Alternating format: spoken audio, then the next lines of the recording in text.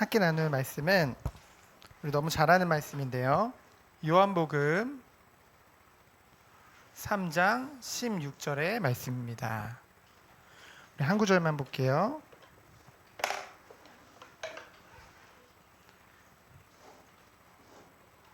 우리 요한복음 3장 16절 우리 다 같이 읽도록 하겠습니다. 하나님이 세상을 이처럼 사랑하사 독생자를 주셨으니 이는 그를 믿는 자마다 멸망하지 않고 영생을 얻게 하려 하심이라. 아멘. 오늘 함께 나눌 말씀의 제목은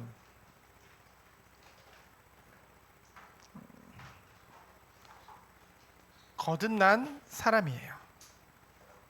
하나님이 우리들을 거듭난 사람으로 불러주셨는데요. 거듭났다는 것은 새롭게 태어났다는 것이죠. 어려운 말로 하면 중생이라고 하는데요. 오늘 요한복음 3장을 읽어보면은 예수님을 누군가 찾아옵니다. 언제 찾아오냐? 밤에 찾아와요. 밤에. 사람들의 그런 시선을 의식해서 밤에 몰래 하나님을 찾아옵니다. 누가 찾아옵니까? 바로 니고데모라는, 성경에 보면은 바리새인이요, 사람들을 가르치는 랍비요, 종교 지도자요. 그들 중에서도 그 유대인 공동체에서 70인 안에 드는 굉장한 그런 사내들인 공의의 회원이라고 했어요. 그게 바로 니고데모인데요. 그 니고데모가 왜 밤에 예수님을 찾아왔냐? 유대인들은 전부 다 예수님을 거부했거든요. 그렇죠? 예수님을 거부했어요. 예수님이 메시아, 곧 그리스도라고 인정하지 못했어요. 근데 니고데모는 그래도 양심이 있었나 봐요. 자세히 보니까 예수님이 많은 이적과 기적들을, 그리고 다른 무엇보다 표적이라 함은 그 그리스도라는 증거로 많은 부분들을 막 역사를 일으키시는 거예요. 그러니까 그걸 봤을 때, 야, 저거는 진짜 하나님이 함께 하시지 않으면은 할 수 없는 일들인데 라고 니고데모가 생각했었던 거죠. 하지만 유대인 전체는 이 예수님을 거부했기 때문에 니고데모는 그들 중에도 최고의 지도자 중 한 명이었기 때문에 대놓고 예수님을 찾아갈 수는 없었던 것이죠. 그러니까 밤에 찾아왔던 거예요. 그랬더니 예수님이 이 니고데모 보고 뭐라고 하시냐? 대뜸 뭐라고 해요? 사람이 거듭나지 않고는 하나님 나라를 볼 수 없다라고 말씀하시는 거예요. 목사님 얘기했지만은 거듭남이라는 것은 뭐예요? 한자로 중생이라고 하거든요. 그래서 이것은 무엇을 말하냐면은 새롭게 다시 태어났다는 거예요. 그렇죠? 새롭게 태어나지 않고는 하나님 나라를 볼 수 없다는 거죠. 그랬더니 이 니고데모가 뭐라고 대답해요? 네? 거듭난다라고요? 그러면은 내가 다시 엄마 뱃속에 들어갔다 나와야 됩니까? 라고 얘기를 하는 거예요. 그래서 예수님이 뭐라고 그래요? 야, 너는 유대인의 선생이라는 자가, 랍비니까 선생이잖아요. 선생이라는 자가 그거를 육신적으로만 해석을 하느냐? 그렇게밖에 생각 못하냐? 내가 거듭나야 한다는 것은 물과 성령으로 네가 거듭나야 됨을 말하는 것이다. 그것을 분명히 말씀하시죠. 그렇다면은 우리가 첫 번째로 이 중생 곧 거듭남, 한글로 풀었으면은 새롭게 태어나는 것. 이것은 무엇을 말하느냐? 사람이 다시 태어나야 될 이유가 먼저 있어요. 왜 다시 태어나야 되느냐? 로마서 3장 23절에 보니까 인간이 하나님과의 약속을 어긴 그 죄로 인해서, 원죄로 인해서, 무슨 원죄죠? 창세기 3장 1절로 6절에 그 원죄로 인해서 인간이 죄 가운데 빠지게 된 거예요. 죄로 인해서 뭐예요? 잃어버린 것이 있어. 다른 말로 하면 상실한 것이 있습니다. 무엇을 상실했냐? 바로 하나님의 형상을 잃어버린 거예요. 그렇죠? 그래서 뭐예요? 모든 사람이 죄를 범하였으며 그것이 죄인 거예요.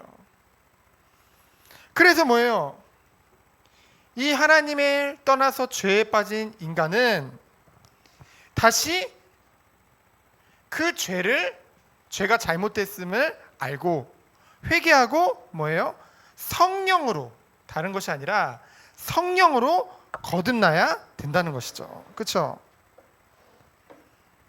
그래야만 어떻게 되는 거예요?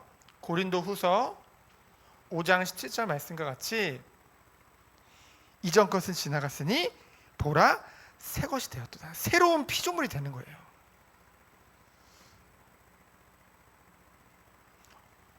자, 하나님을 떠나서 하나님의 형상을 잃어버린 죄인된 인간은 어떻게 다시 거듭날 수 있냐? 성령으로. 그렇죠? 회개해야만. 그래야만 새로운 피조물이 될 수 있죠. 그러면은 그래, 거듭남이 이런 의미다.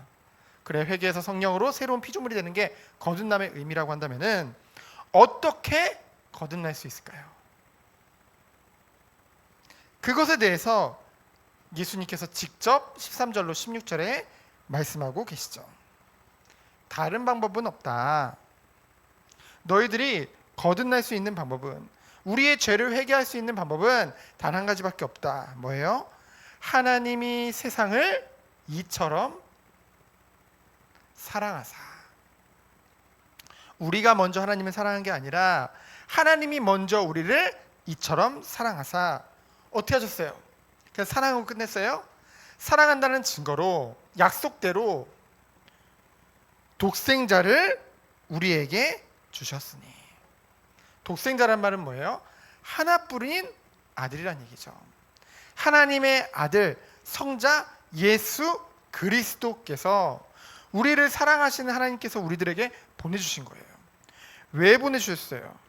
이 독생자 예수님이 우리를 위해 뭐예요? 십자가에서 대신 죽으심으로 우리 죄를 사해 준 거잖아요. 그래서 뭐예요? 저를 믿는 자마다, 다른 방법이 없어요. 믿는 자마다 뭐를 얻게 됨이라? 영생을 얻게 하려 하심이니라. 그렇죠? 그래서 결국은요, 거듭나는 것, 곧 다른 말로 하면 구원은 다른 방법이 없어요. 오직 예수 그리스도를 통해서만 우리가 구원받을 수 있는 거예요. 그래서 사도행전 4장 12절에 보니까 다른 이로서는 구원을 얻을 수 없나니 천하 사람 중에 구원을 얻을 만한 다른 이름을 우리에게 주신 적이 없다고 분명하게 말씀하고 있죠.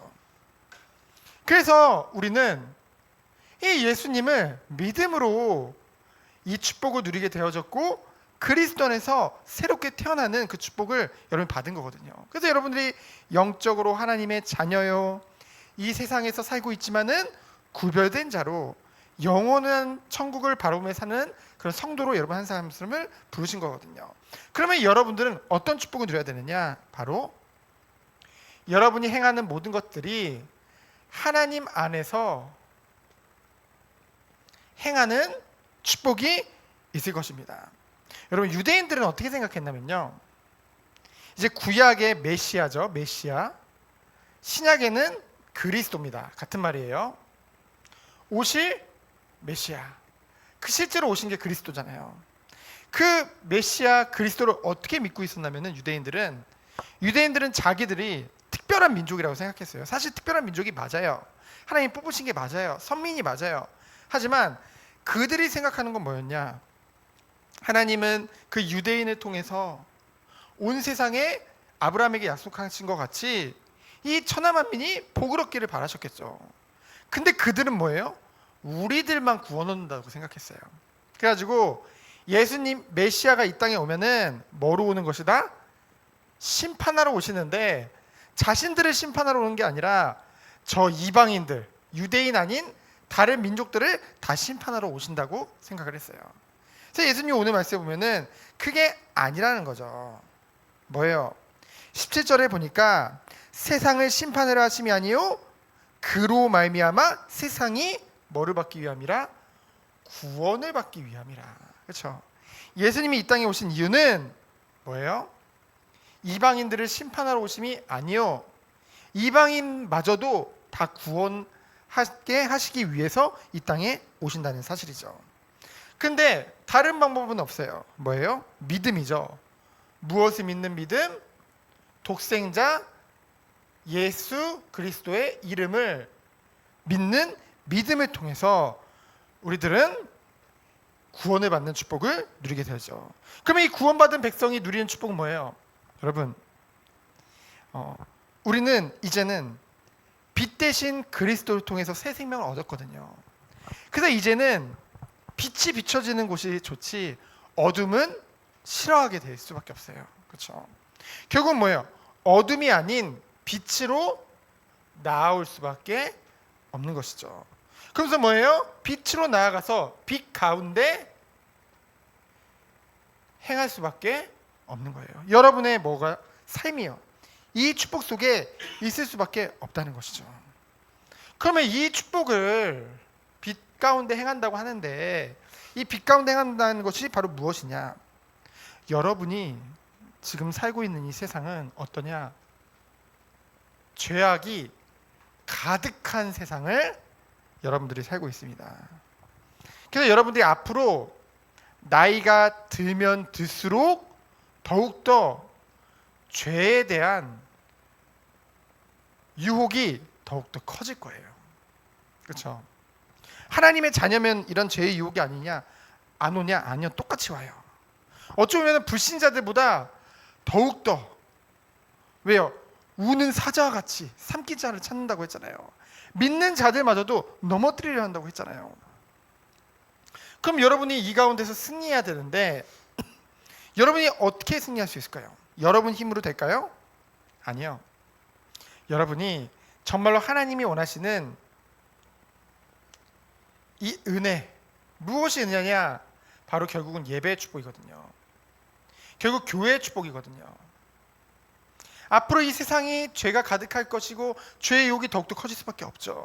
그러나 여러분들이 이 안에서 이제는 어떤 축복을 누리는 거예요? 이 모든 것을 죄의 유혹을 참을 수 있는, 다른 말로 하면 인내할 수 있는, 그러면서 나 스스로를 절제할 수 있는 뭐가 온다고요? 힘이 온다고요. 어디 안에서요? 그리스도 안에서. 그렇죠? 다른 방법이 없어요. 그래서 여러분들이 이 야모임을 통해서 우리가 많은 것들도 하지만은 우리가 말씀을 듣고 그 목사님과 선생님들이 너무 기뻐했거든. 밖에서 보면서 여러분들이 악기로 목소리로 찬양으로 영광 돌릴 때 눈에 보이지 않지만 많은 일들이 일어나요. 불신앙도 꺾이고요. 우리 마음밭이 옥토같이 준비되고요. 무엇보다 하나님이 최고 영광 받으신다는 거죠. 그렇잖아요. 여러분들을 낳아주신 부모님에게 어버이날이라도 사랑한다고 하고 그리고 어버이날에 이렇게 어버이 은혜 같은 거 노래 불러드리면 굉장히 감동합니다. 그렇죠? 그게 부모된 마음이에요.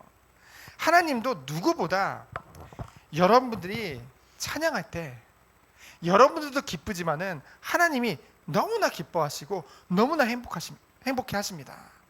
그거를 보니까 우리 선생님들도 목사님도 굉장히 마음이 좋더라고요. 그래서 여러분들이 정말로 거듭난 사람으로서 아무리 이 세상이 악하고 험할지라도 하나님 주시는 은혜와 힘을 가지고 결국은 승리할 수밖에 없는, 주님이 다시 이 땅에 오셨을 때 주님 앞에 당당히 나아가서 기쁨으로 영광 돌릴 수밖에 없는 그런 자녀의 축복을 누리기를 예수 그리스도 이름으로 축원드립니다. 시간 기도합니다. 하나님 감사합니다. 우리들을 그리스도의 그 사랑과 그 은혜로 말미암아 거듭난 사람으로 불러주심에 감사드립니다. 정말 이 은혜를 누리면서 앞으로 평생을 두고 빛 가운데 행하며 오직 주님께 영광 돌리는 그런 삶을 살 수 있도록 주께서 축복하여 주옵소서. 우리 주 예수 그리스도의 은혜와 하나님의 사랑과 성령의 교통하심이 오늘 말씀과 같이 거듭난 사람으로서 세상의 빛과 소금의 응답을 누릴 우리 사랑하는 우리 귀한 후대들 위에, 그리고 우리 선생님과 각 가정과 관계된 모든 현장 위에 그리고 우리 정원교회와 우리 귀한 우리 후대들의 학원 현장 위에 이제부터 영원까지 항상 함께 계실지어다. 아멘.